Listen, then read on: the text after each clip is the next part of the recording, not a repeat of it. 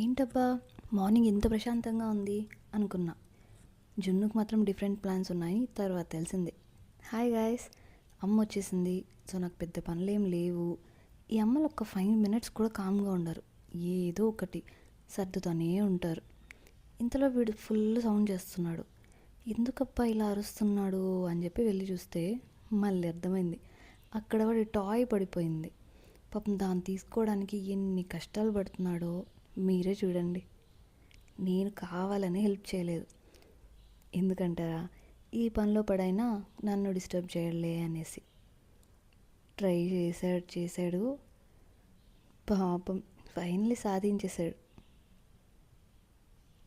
అంత సాధించిన తర్వాత టగ్ ఆఫర్ ఉండకపోతే ఎలా?